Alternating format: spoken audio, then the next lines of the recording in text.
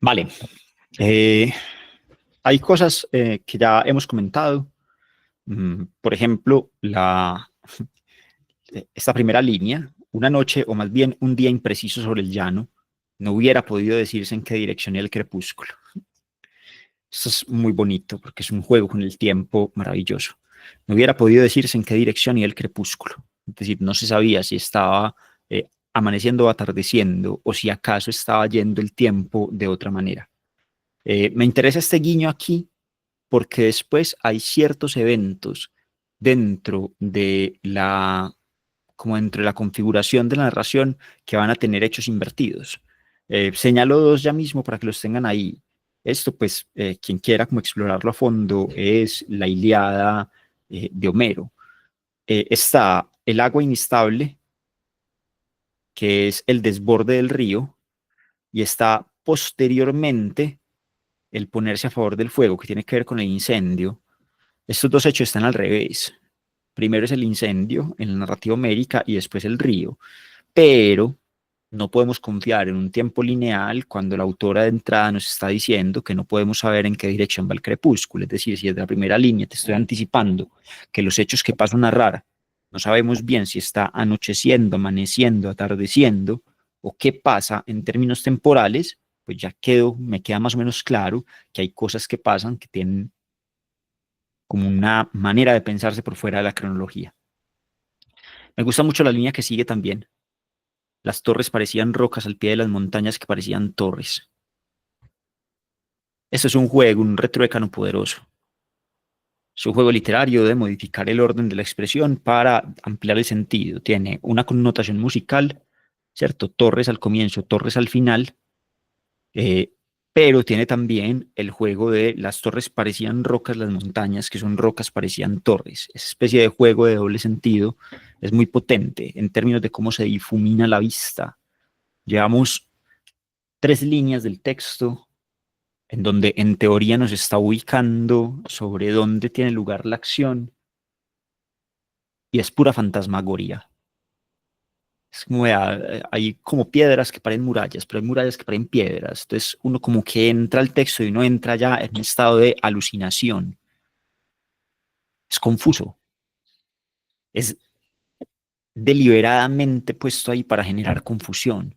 Y la confusión va a seguir, ¿cierto? La confusión sigue con una mujer aullando. Cassandra aullaba sobre las murallas, dedicada al horrible trabajo de dar a luz al porvenir. Cassandra, que es profeta, que es profetiza, que ve lo que va a ocurrir, está dando a luz. Y después sigue jugando con la confusión. La sangre se pegaba como si fuera colorete. Y esta sangre que se pegaba como si fuera colorete nos hace de nuevo un eco con que Elena se pintaba la boca con una barra de labios que recordaba a la sangre. Entonces, en los muertos, la sangre se pega como si fuera colorete y quien está viva se pinta los labios con un colorete que parece sangre. De nuevo, el juego, el movimiento entre dos elementos que van a estar generándonos como, ¿qué está pasando? ¿Qué está pasando? ¿Qué está pasando? Y ahí está, explícito en la línea siguiente. La paz se mezclaba con la guerra. Paz y guerra. El agua en la náusea, la tierra con el agua. Que esto que acaba de hacer hasta acá, hasta este punto, después de Nauseabunda Región, nos está ubicando, está intentando darnos entrada al texto y al escenario del texto, y es confuso. Y después de esa confusión, habla, y esto me interesa, creo que sobre esto es lo que mejor quiero conversar. Después de esa confusión, va a hablar de la guerra, de esa guerra que ya se ha instalado ahí, de esa guerra que lleva años ocurriendo, de esa guerra que es la guerra de Troya, pero después de la guerra de Troya son las batallas del Peloponeso, y después es la Armada Invencible, y después es eh, Francia, y después es Napoleón, y después es todos los etcéteras, pasando por los Balcanes y inventándose drones. Pero esto es la guerra, ¿cierto? Yo a jugar con contar cómo en ese contexto de la guerra griega, está ya todo lo que ocurrirá después, porque modificamos las formas. Pero la primera generación de héroes que había cogido la guerra como un privilegio, casi como una investidura, al ser cegada por los carros, ¡pram! Al ser cegada por los carros, dio lugar a un contingente de soldados que la aceptaron como un deber para después soportarla como un sacrificio. Primera lineecita, era una primera generación de héroes que tomaba la guerra como un honor, que salía aquí, era como, bueno, eso, una investidura, es algo que yo estoy recibiendo, pero aparecen los carros de batalla. Y la generación de héroes que estaba toda privilegiada por la guerra muere cegada por los carros. Un invento tecnológico que elimina a toda una generación. Y la generación que viene después ya no toma la guerra como un privilegio, ya es un deber. Y después del deber, un sacrificio, que puta, toca ir a la guerra. Pero no acaba ahí, porque después nos inventamos los tanques. Entonces primero nos inventamos los carros y los carros cambiaron la situación de la guerra, de privilegio a deber y a sacrificio. Y después aparecen los tanques, que abrieron brechas enormes en aquellos cuerpos que ya no existían, sino a la manera de parapetos. Una tercera ola de asaltantes se abalanzó contra la muerte.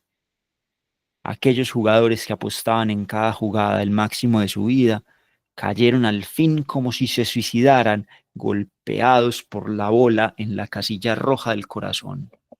Puta madre. Aquí es Yursenar,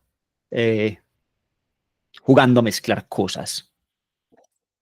Entonces, antes primero la guerra era un privilegio, después un deber, un sacrificio, y después es puro azar,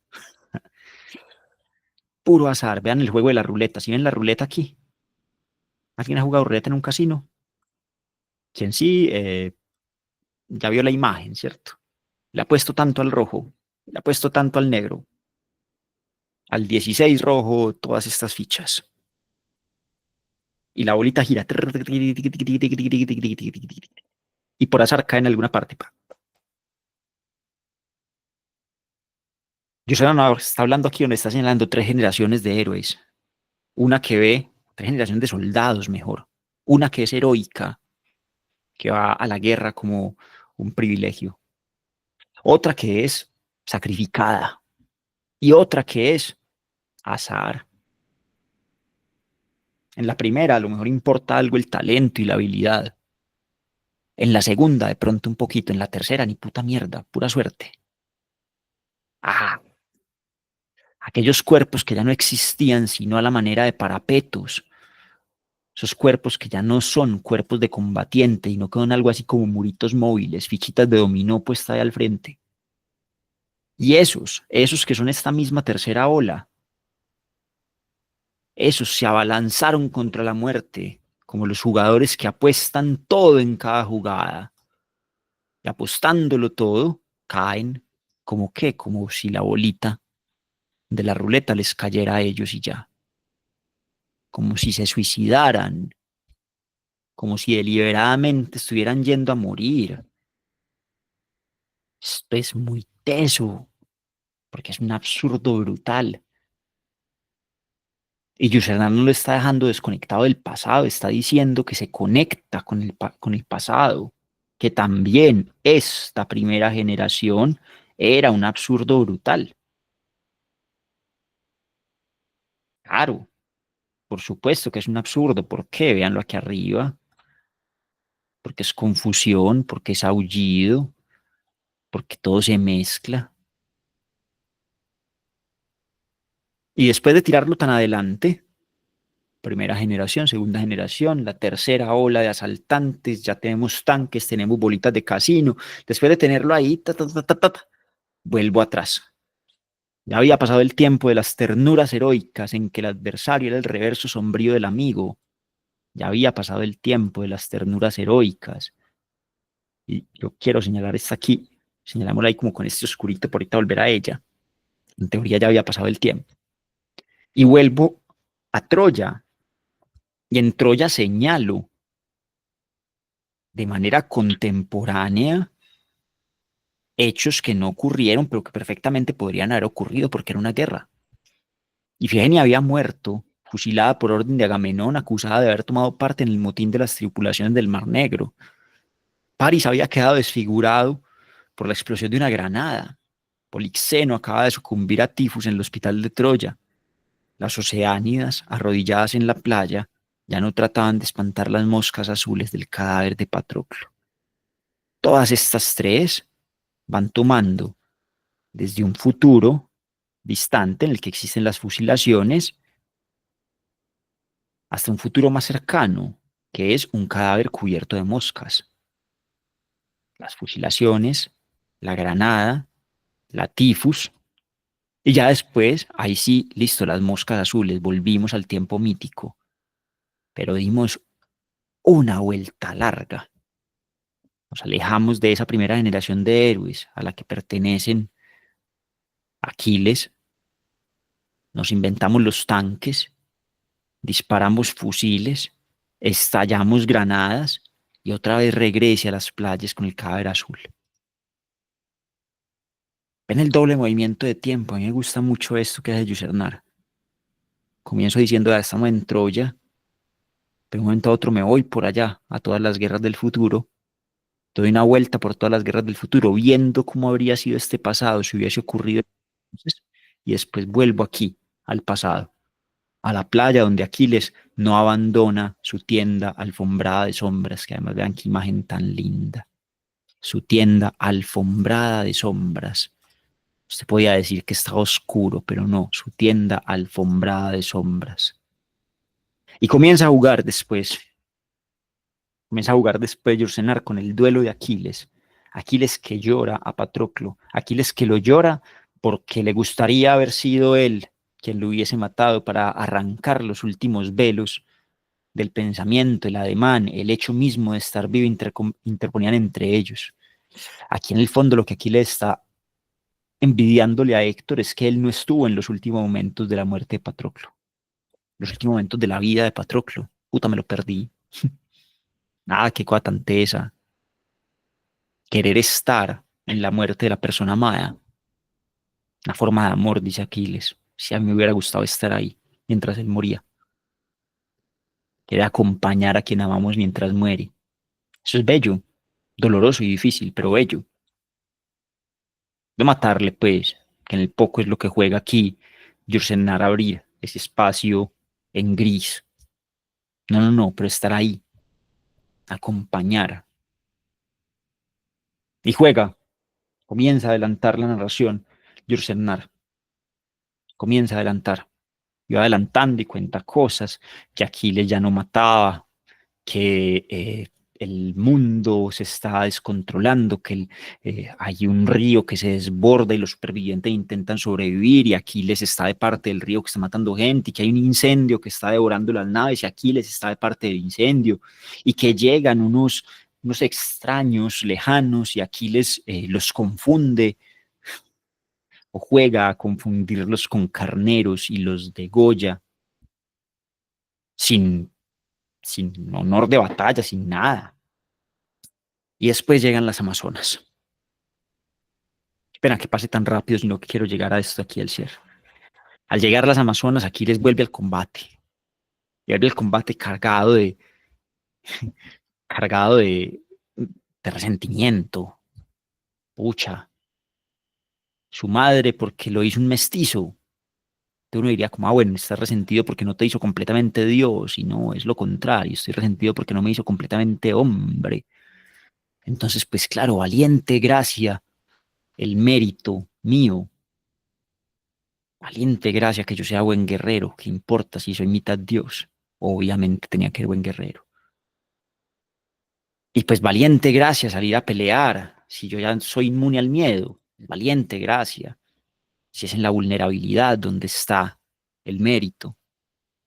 Y valiente gracia a las hijas de Licómedes, que yo cuando estuve disfrazado de mujer y oculto, pues no me reconocieron, o reconocieron que mi máscara era un disfraz. Bajo su máscara no vieron que no era un disfraz. Ni a Briseida, porque qué humillación haber amado, qué poco heroico haber amado. Y por eso comienza a matar a las amazonas. Pero después uno puede volver sobre estas cosas y encontrarse con esta señora, con Pentesilea. ¿Y qué ve uno cuando se encuentra con Pentesilea? Pues que tiene todo el mérito en hacerse diosa, porque a diferencia de Aquiles no es mestiza, es completamente vulnerable y aún así su heroísmo consiste en salir a la batalla, que no lleva o que reconoce a Aquiles al quitarle el yelmo, que no es un disfraz lo que viste, ¿va?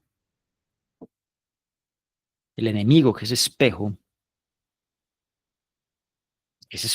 y que lo lleva hasta la última consecuencia, la única de las amazonas que aceptó amputarse un seno para poder disparar bien el arco. Es la única de las amazonas que es capaz de combatir contra Aquiles